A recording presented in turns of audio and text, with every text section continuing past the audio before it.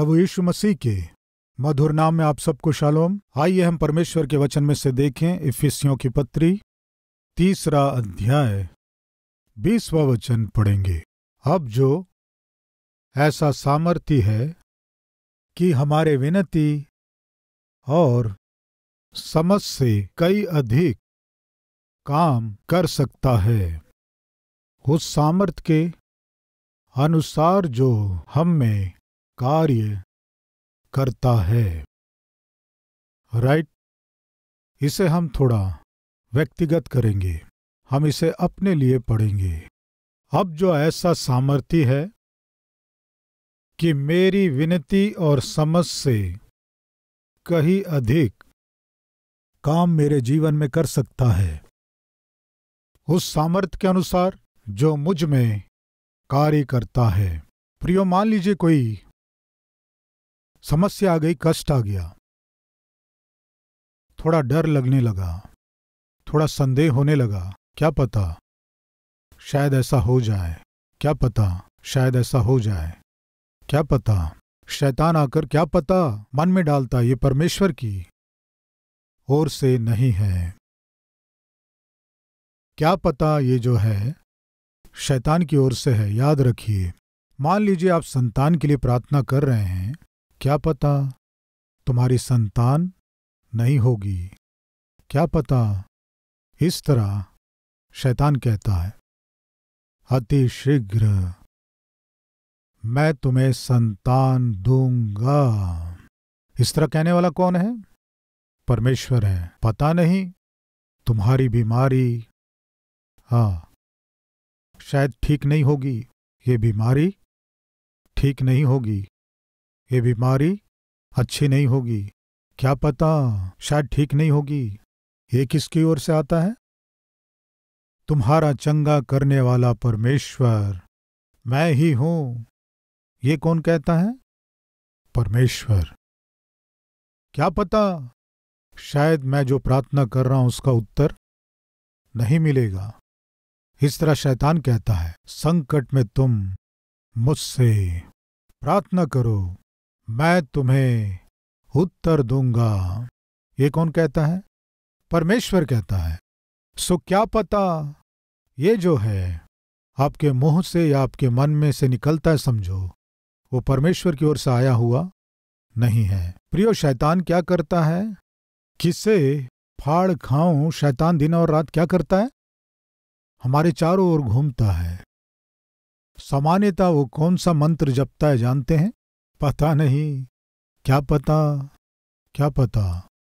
इसलिए कह रहा हूं, आप सुबह हो, शाम हो, दोपहर हो, आधी रात को हो, कभी भी हो, आपके मन में कुछ भय उत्पन्न होने से, संदेह उत्पन्न होने से, या व्याकुल होने से, या परेशानी होने से, या आंसू बहने लगने से, आपके मुंह से जो पहली बात निकलनी है वो है, मेरी विनती से और मेरी समझ से भी कहीं अधिक बढ़कर काम कर सकता है, उस परमेश्वर को सारी महिमा मिलने पाए। इस वचन को आप अपने हृदय में लिख लीजिए, आपके हृदय से विश्वास कीजिए, अपने मुंह से इसे मान लीजिए। हमारे जीवन में निश्चय हम परमेश्वर की महिमा को देखेंगे। प्रिय, यूसुफ को बंदीगृह में डाल दिए, पर यहोवा उसके संग था, इसे ना भूलें। उसके बाद क्या हुआ? फिरौन स्वप्न देखा, स्वप्न के अर्थ को बता नहीं पाया। उसके पहले क्या हुआ कि उसी बंदीगृह में जब यूसुफ था, उसी बंदीगृह में जो राजा के पास पिलाने हारे का काम करता था वो वहां आया, उसे बंदीगृह में डाल दिए थे।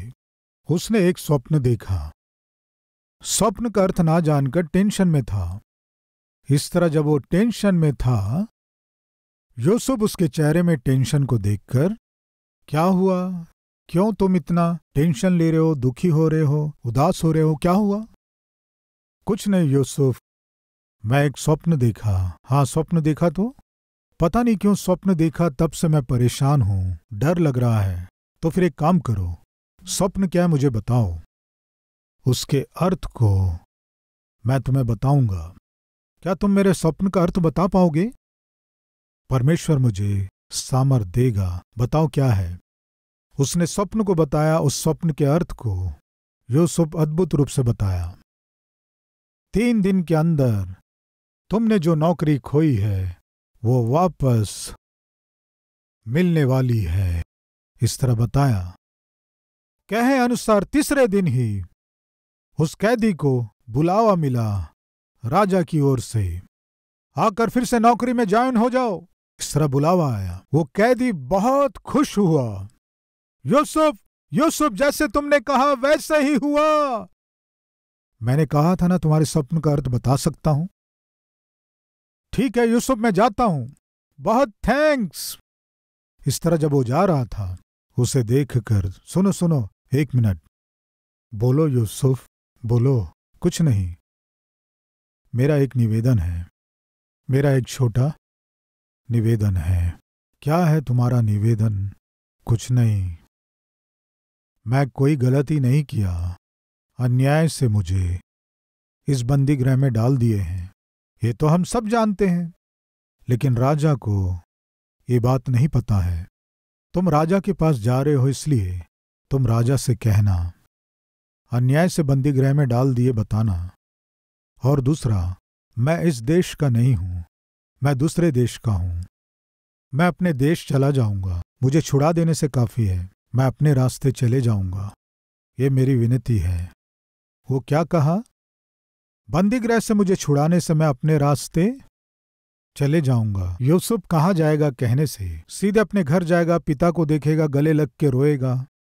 रोने के बाद आओ बेटे भोजन करेंगे कहने से भोजन करेगा। सुबह उठने के बाद, क्या बेटे क्या देख रहे हो? वो देखो भेड़ों को ले जाओ, उन भेड़ों को ले जाकर उन्हें चराओ। इतना ही कहेगा या और कुछ कहेगा? उतना ही है ना? अभी यूसुफ ने क्या कहा? यदि मुझे छुड़ा दोगे तो मैं अपने घर जाऊंगा। प्रियो जाकर क्या करता? भेड़ों को चराता। बस इतना ही। ये राजा के पास काम करने वाला गया, लेकिन राजा से यूसुफ के विषय में कुछ भी नहीं कहा, कुछ नहीं कहा। भलाई तो पा लिया, लेकिन वापस भलाई नहीं किया। लेकिन यूसुफ सोच रहा था निश्चय वो मेरे विषय में बताएगा, राजा से बताएगा, निश्चय मैं छुड़ाया जाऊंगा, मैं जल्दी अपने घर जाऊंगा, पिता को देखूंगा। इस तरह सपने देख रहा था। उत्तर नहीं मिला, उत्तर नहीं मिला, उत्तर नहीं मिला, उत्तर नहीं मिला। आज हमारे बीच कोई है क्या? मेरे कष्ट दूर हो जाएंगे, मेरे अपमान दूर हो जाएंगे, मेरी मुसीबतें दूर होंगी। इस तरह इंतजार करने वाले कोई हैं क्या? नौकरी मिलेगी, अच्छे दिन आएंगे, मेरा विवाह होगा, मेरा परिवार बनाया जाएगा। इंतजार करने वाले हैं क्या? मेरे पति में निश्चय बदलाव आएगा, मेरे बच्चे निश्चय उपयोगी बनेंगे, निश्चय उनका जीवन स्थिर किया जाएगा। इंतजार करने वाला हमारे बीच है क्या? मेरा स्वास्थ्य अच्छा हो जाएगा, परमेश्वर संतान देगा। इंतजार करने वाले कोई हैं क्या? सप्ताह बीतते जा रहे हैं, महीने बीतते जा रहे हैं, लेकिन आपके जीवन में जिसका इंतजार कर रहे हैं उसका उत्तर नहीं मिल रहा है। निराश होने वाले सामान्यतः रहते हैं। सप्ताह हो गया, 2 सप्ताह हो गया, महीना हो गया, 2 महीने हो गए, वर्ष बीत गए। ये क्या है? वो कैदी जो राजा को मेरे विषय में बताऊंगा कहा, उस पिलाने हारे का क्या हुआ? वो मेरे विषय में क्यों नहीं बताया? अगर बताया भी होगा, फिरौन क्यों मुझे छुड़ा नहीं रहा है? हो सकता है मेरे ऊपर मैं यहां से छुड़ाया भी ना जा सकूं, संभव ना हो ऐसा कोई केस फाइल किए हैं क्या? इसीलिए शायद मुझे छुड़ाने के लिए कोई नहीं आ रहे हैं। असली में क्या हुआ? 2 साल बीत गए। क्या हुआ? 2 साल बीत गए, उत्तर नहीं मिला। लेकिन अचानक कोई आकर, कौन है यहां? यूसुफ नाम का। मैं ही हूं जी। फिरौन तुम्हें लाने को कहा है। मुझे क्यों लाने को कहा है? शीघ्र चलो। यूसुफ को ले जाकर फिरौन के सामने खड़ा किए। फिरौन के पास पिलानेहारा था। देखा। क्या तुम अच्छे हो? पूछा। हाँ, अच्छा हूं। क्या यही है यूसुफ? हाँ राजा। स्वप्न का अर्थ बता सकता है? यूसुफ, मैंने कहा था ना, ये वही है। तुम स्वप्न का अर्थ बता सकते हो? मेरे पिलानेहारे ने बताया है। क्या तुम बता सकते हो? मुझसे नहीं होगा। मेरे परमेश्वर के द्वारा ये संभव है। किसके विषय में बता रहा है? बोलिए। कितना समय हो गया आप परमेश्वर के विषय में बोल के? मित्रों के बीच में, आपके मित्रों के साथ बात करते समय आपके जीवन में आश्चर्य कार्य करने वाले परमेश्वर के विषय में बताकर कितना समय हो गया? रिश्तेदारों से बैठकर बात करते समय आपके जीवन में जो उद्धार परमेश्वर दिया उसके विषय में बताकर कितना समय हो गया? कितना समय हो गया परमेश्वर के विषय में बताकर? स्वप्न का अर्थ बता सकते हो क्या? कहने से मेरे परमेश्वर के द्वारा ये संभव है। क्या समझ में आया? परमेश्वर के विषय में बताने का अवसर उसे जब भी मिले, कहीं भी अवसर मिले, बिना मिस हुए बताने वाला था यूसुफ। और ऊपर से अधिकारियों के सामने, देश पर शासन करने वाले राजा के सामने बोलना उतना आसान है कहेंगे क्या? बहुत मुश्किल है। लेकिन फिर भी वह परमेश्वर के विषय में बोला। कितना अद्भुत है प्रियो। मेरे और आपका परमेश्वर राजाओं का राजा है, प्रभुओं का प्रभु है। उस परमेश्वर के विषय में बताने के लिए, उनके किए गए भलाइयों के विषय में, आश्चर्य कामों के विषय में कभी भी पीछे नहीं होना। तुमने क्या स्वप्न देखा बताओ? उसका अर्थ मेरा परमेश्वर बताएगा। स्वप्न उसने बताया, यूसुफ उसके अर्थ को बताया। ये सब सुनने के बाद राजा ने कहा, जिसमें परमेश्वर की आत्मा रहती है ऐसा व्यक्ति हमारे देश में एक भी है तो दिखा दो। कहा, वहां जितने ज्ञानी और बुद्धिमान लोग थे, तांत्रिक थे, वे सब सिर झुका लिए। इसीलिए इसे अपने देश का प्रधानमंत्री मैं नियुक्त करने जा रहा हूं, नियुक्त कर रहा हूं। क्या कहा? हेलो, यूसुफ क्या मांगा था? प्रभु, इस बंदीगृह से मुझे छुड़ाएंगे तो मैं अपने देश जाकर, हाँ, लाठी लेकर भेड़ चराऊंगा प्रभु। ये था जो यूसुफ ने मांगा था। मांगने से बढ़कर, समझ से भी बढ़कर अधिक मेरा परमेश्वर मेरे जीवन में करेगा या नहीं? यूसुफ से पूछिए।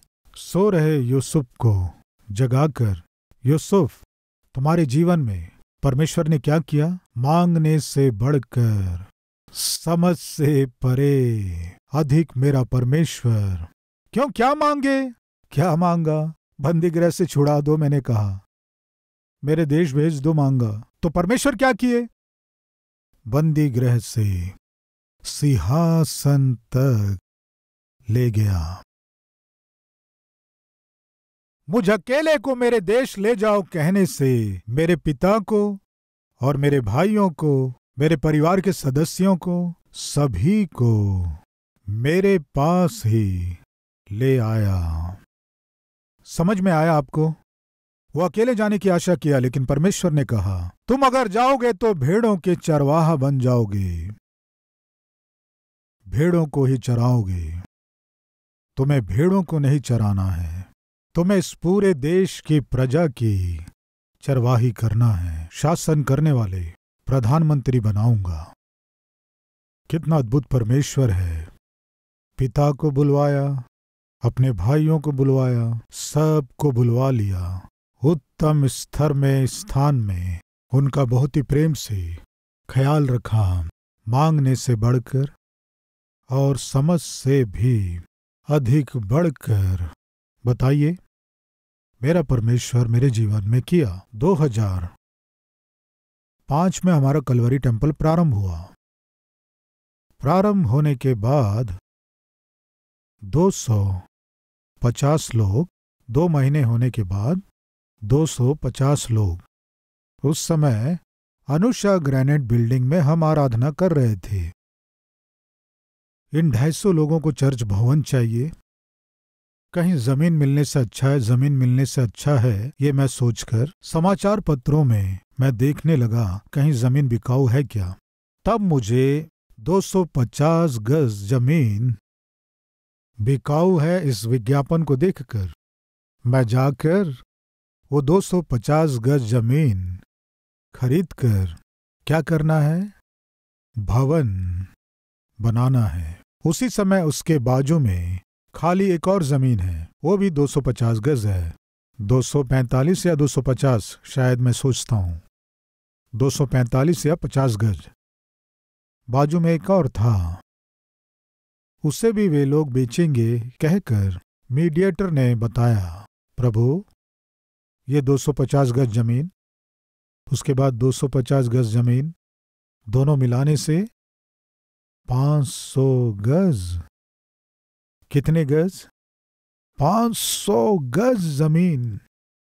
प्रभु आप मुझे दोगे तो कलवरी टेम्पल का निर्माण करूंगा। प्रभु क्या निर्माण करूंगा? कितने गज में? समझ में आया? कब की बात है? 2005 में। कृपया दीजिए प्रभु, कृपया दीजिए प्रभु, कृपया दीजिए प्रभु। कितना मांग रहा हूं? 250 गज। बाजू वाला बेचेगा तो 250 गज। तब बहुत मुश्किल था, लेकिन फिर भी वो 250 गज जमीन को खरीदा। वो 250 गज बहुत मुश्किल से खरीदा।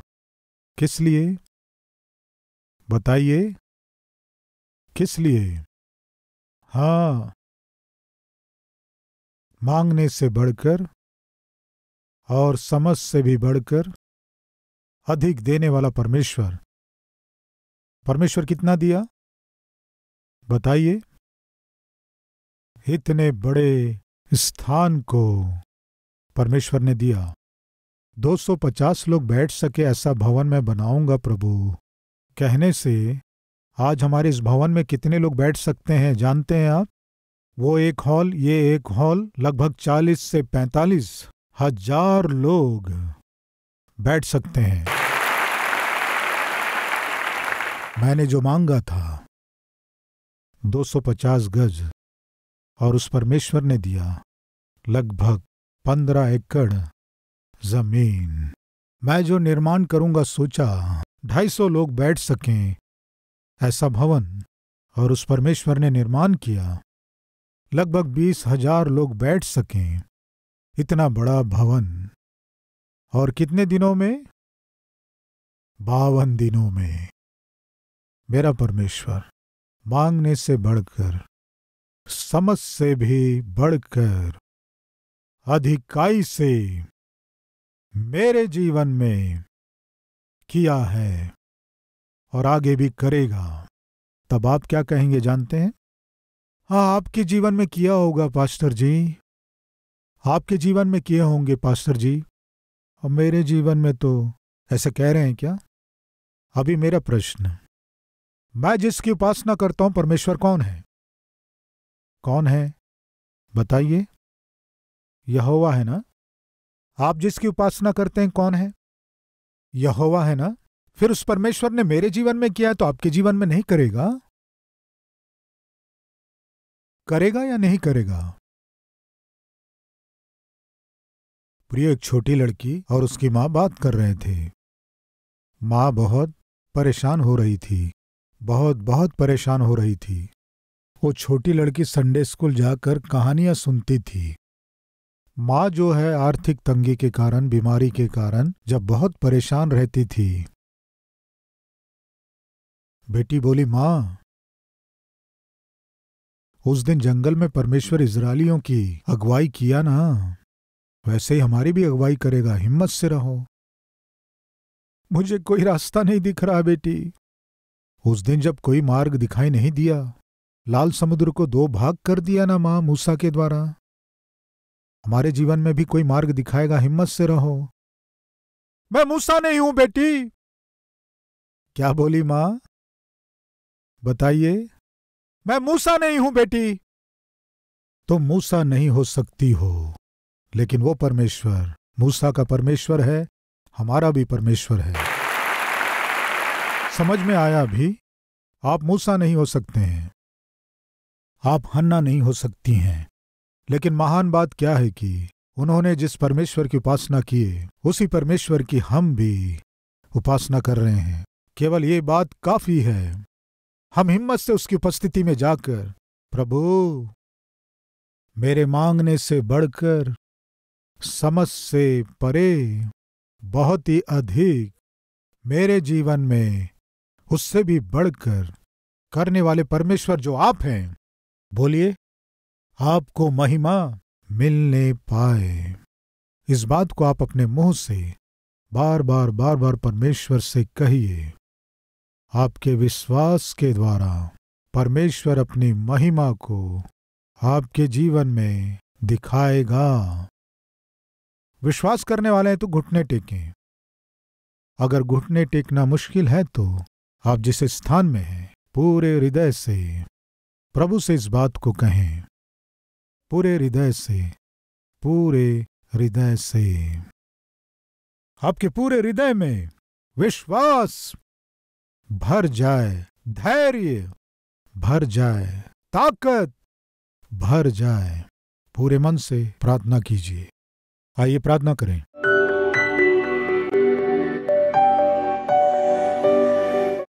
पवित्र परमेश्वर पिता,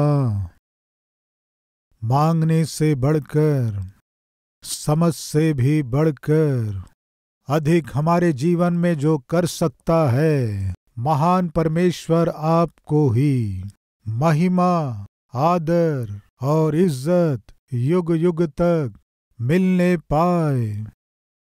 बोए गए इस वचन को कोई भी ना भूले पिता। हर एक के मनों में ये वचन हर समय पिता, उन्हें जागृत करना है, उन्हें आनंदित करना है, उन्हें प्रफुल्लित करना है पिता। ऐसा अनुग्रह हम पर कर पिता। समस्या कुछ भी हो सकती है, कष्ट कुछ भी हो सकता है, वो कितना तीव्र भी हो सकता है, पर यहोवा हमारे संग है। ये वाचा काफी है पिता, ये विश्वास काफी है पिता। यूसुफ बंदी गृह में डाला गया, पर यहोवा यूसुफ के संग था। पिता, यूसुफ के संग रहने वाले परमेश्वर हमारे साथ भी हैं, आज भी जीवित हैं। इसलिए हम आपका धन्यवाद और स्तुति करते हैं। आज सुने गए वचन को कोई भी ना भूले पिता। बार बार स्मरण करते हुए, बार बार मनन करते हुए, आप पर निर्भर होकर हर परिस्थिति का सामना कर सकें, सहायता कीजिए। यीशु के नाम से मांगते हैं पिता, आमीन। प्रियो, संदेश के द्वारा आप आशीष पाएं तो और भी लोगों को शेयर कीजिए, लाइक कीजिए और एक कमेंट कीजिए। कल फिर से इसी समय मॉर्निंग डिवोशन में मिलेंगे। शलोम।